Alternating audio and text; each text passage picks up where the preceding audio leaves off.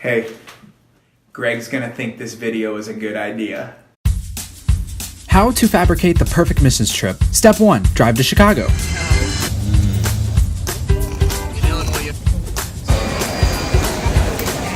Step 2. Delay the flight.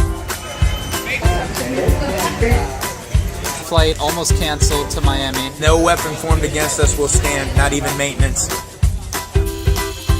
Step 3. Miss the connecting flight in Miami to Lima. Stay in a hotel. Fly out the next day via Orlando. Step 4. Arrive in Lima.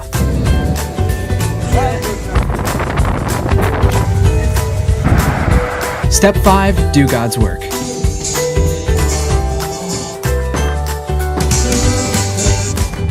And that's the missions trip. Okay, so I have never explained the Peru missions trip to my YouTube channel. It's 6 months later, and I want to do it. As you saw in my 5 steps, we had a lot of different problems. First, we drove to Chicago.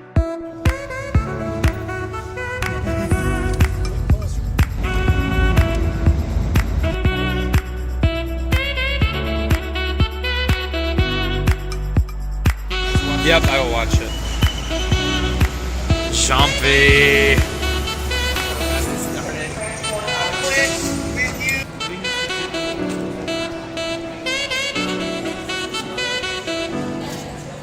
What's up?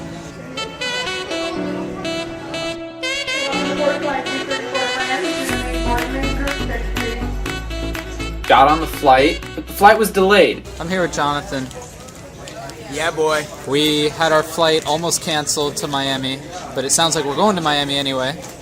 Let me tell you what, serving Jesus is a force you can't reckon with. Come on. No weapon formed against us will stand, not even maintenance. So American comes and essentially says this flight is canceled.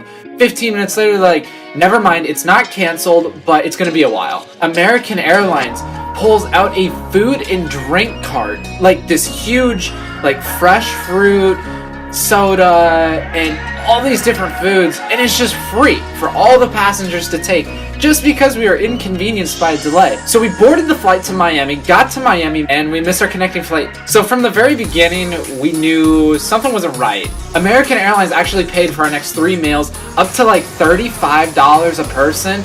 I want to explain to my vlog what's going on. Nathan, where are we right now? We're in Cuba. Steven, where are we right now? We are in, I wish Cuba freaking rocks. Oh no, we're in Miami right now. We are in Miami, and we are not getting on a plane to Lima tonight. We're doing that tomorrow. Change of plans.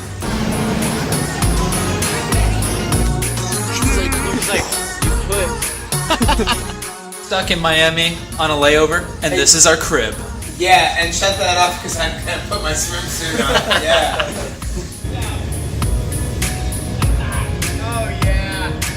Oh yeah, watch this.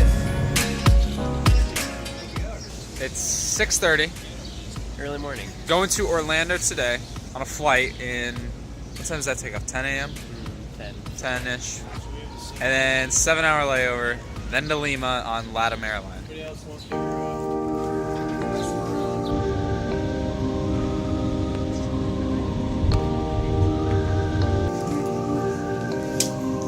Made it through TSA, ready for Orlando, then to Lima. Let's do it.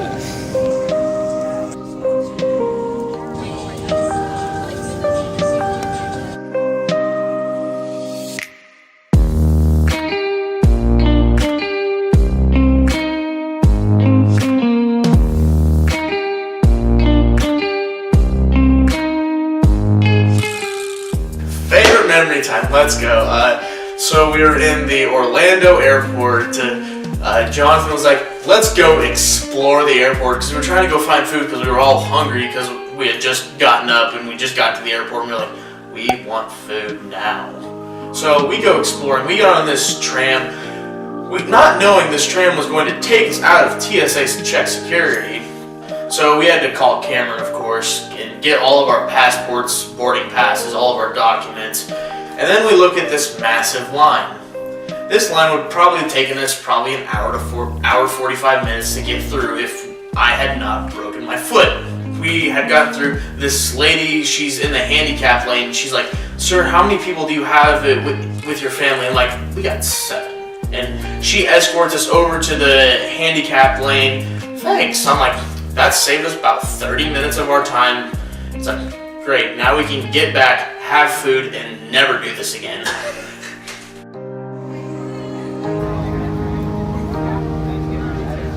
Wait! I'm not trying to leave the airport.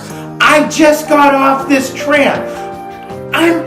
Let me back in. I don't even have my passport. Cameron! It says hot, doesn't it? What just happened?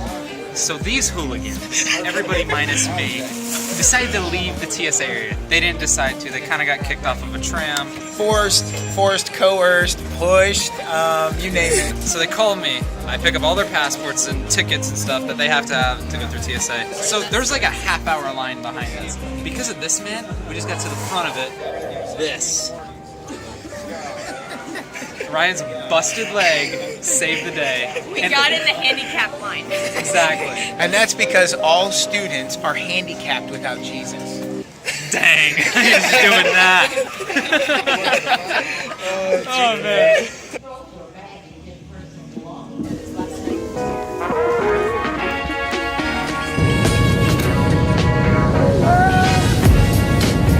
Although Satan was working, God was also working. Let me explain. Satan was making sure we did not get down to Lima, Peru. And meanwhile, God's like, no, we're going to bond the team through this experience. Although you may not see the plan yet, this is the plan, which was awesome. Just in the little things, God was working. So we finally arrived in Lima, and that's when the fun started. You gotta remember that. Spanish, and English. Spanish. Josh, what are you doing right now? Guarding the stuff. Guarding the stuff. Spanish.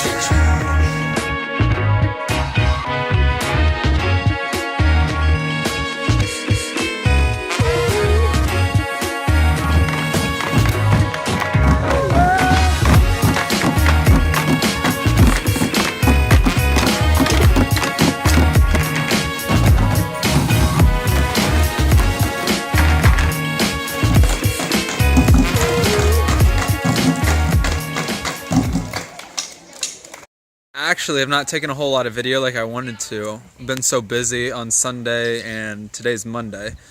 I got to visit Andres yesterday, which was awesome. He's really chill. Yeah, a lot of people like him. I love him. Technically, we're here on missions work, so that's what I've been focusing on. Working very hard. Working very hard right now, of course, yeah.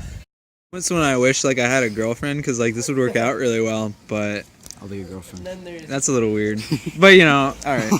Let's see, so today we went to 3 schools. The first school was really intimidating, not gonna lie. Like, I was really scared. I'm giving like an introduction at the beginning and I'm doing it all in Spanish. And I've never had a fear of speaking in front of people in English, but in Spanish, I didn't stutter. I got through it really quick, but there was the sincerity that wasn't there when I did it in Spanish. And I was really nervous. Like, I honestly had adrenaline going through me. I was like, wow, this is what it's like to be nervous in front of people. Yo, so this is AJ doing a segment in Cameron's vlog. Culture in Peru is extremely different. In Peru, basically, people use their horn as much as they use their turn signal. It's just very odd. You cut off a lot of people and they just don't care. So it's kind of terrifying driving with Jason at times because he drives like one of the locals, and Peru is worth coming to visit just because it's a very different experience. So yeah. Enjoy the rest of the vlog, guys.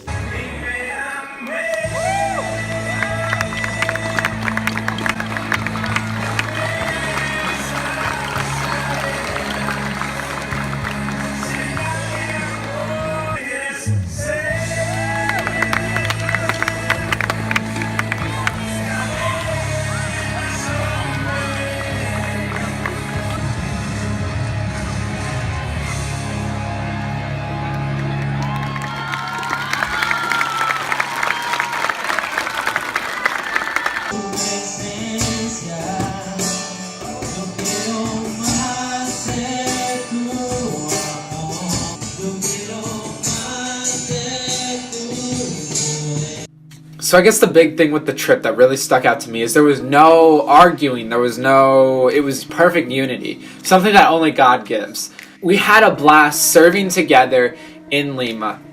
My favorite memories sort of center around the church and the house we were at, like that little area. Like, since we were all forced to live together, we got very close. And like, I didn't know a lot of you personally before the trip. Like, I just knew names and like maybe faces.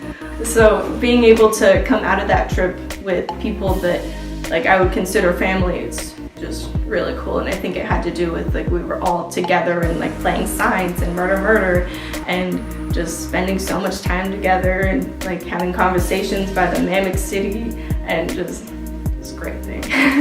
The question is, what's one of my favorite memories of the trip for the team, or all the above? I don't know how else to say. When you're a youth pastor for 24 years, you want real, you want authentic, you want genuine. And for me, this mission trip was wonderful because I felt like the entire team was genuine. I felt like we were unified, unlike any other time. I felt like God was blessing our mission. I felt that the call was very clear. I felt that the missionary wanted us there. I felt that the work that we were doing was an eternal work. I felt that the power of prayer was propelling us to share the gospel so clearly in so many places to so many people.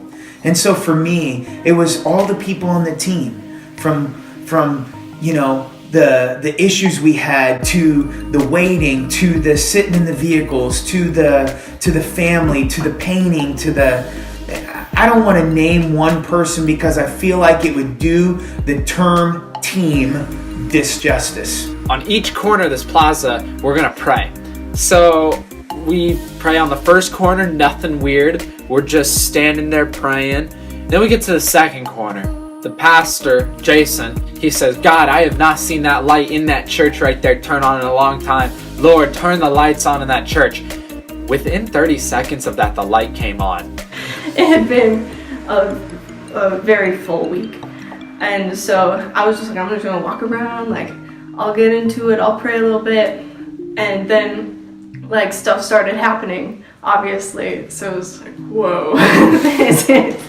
I remember the church mostly because like seeing the church and like seeing into the doors where they had, I think they had the Eucharist up or something, and just knowing what that means for them. And it's like different. Like that's one of the things right, Protestants and Catholics disagree on. So it was interesting to like see that while we're praying for these people. Well, what's so fascinating is I believe prayer was what was one of the most powerful things that propelled our ministry down there in Peru. We did a prayer walk, and I was actually excited about it, but I also was a little skeptical. And when you do a prayer walk, you know, it's like you're coming up with stuff out of thin air, and you don't know really what you're doing, and you're kind of talking to God, and it breaks every mold. Most molds are you pray in your closet, you pray in the church, or you pray with your head bowed and your eyes closed. Well, imagine you're in a foreign country walking around in a plaza, and that's exactly what it was like. Well, as we were walking around, we'd go to different quadrants, and different quadrants were different corners, and they'd ask us to pray. So we get to one corner, and Jason said, there's a lot of satanic involvement on this square. And I remember thinking to myself, that's a joke. What are you talking about, bro? And then I walk around the corner, and here's this painting. And this painting couldn't be any more of a description of evil and spiritist movement than this canvas of this demon on this page being painted by this artist on the square, literally like 2 minutes after Jason said there's a lot of demonic involvement. And I thought to myself, wow, not only is he right, but I can see it. There's images of it right here. Then we go around another corner, and as we get to this corner, there's this church, and Jason says, I just want to pray that the light of the gospel would come on in this church. Pray that the light of the gospel would come on. And I remember all of us crying out, and some of us were just muttering stuff under our breath, and some of us were crying out loud. And no kidding, about 10 to 15 seconds after we started praying, may the light of the gospel come on in that church, a light came on in the church. I mean, it was one of those moments where you were like, No way did that really happen. I probably felt like it was one of those, turning water into wine, or, the bread and the fish. I don't know. And again, it's a true testament to the power of the light of the gospel when prayer is connected to it. That trip really strengthened my beliefs in God. It grew me spiritually, and that prayer walk alone was big. It was a cool trip. We went to a lot of schools, witnessed to a lot of people, thousands of people. So that's the trip. That's the trip that changed my life, and I think about it every day.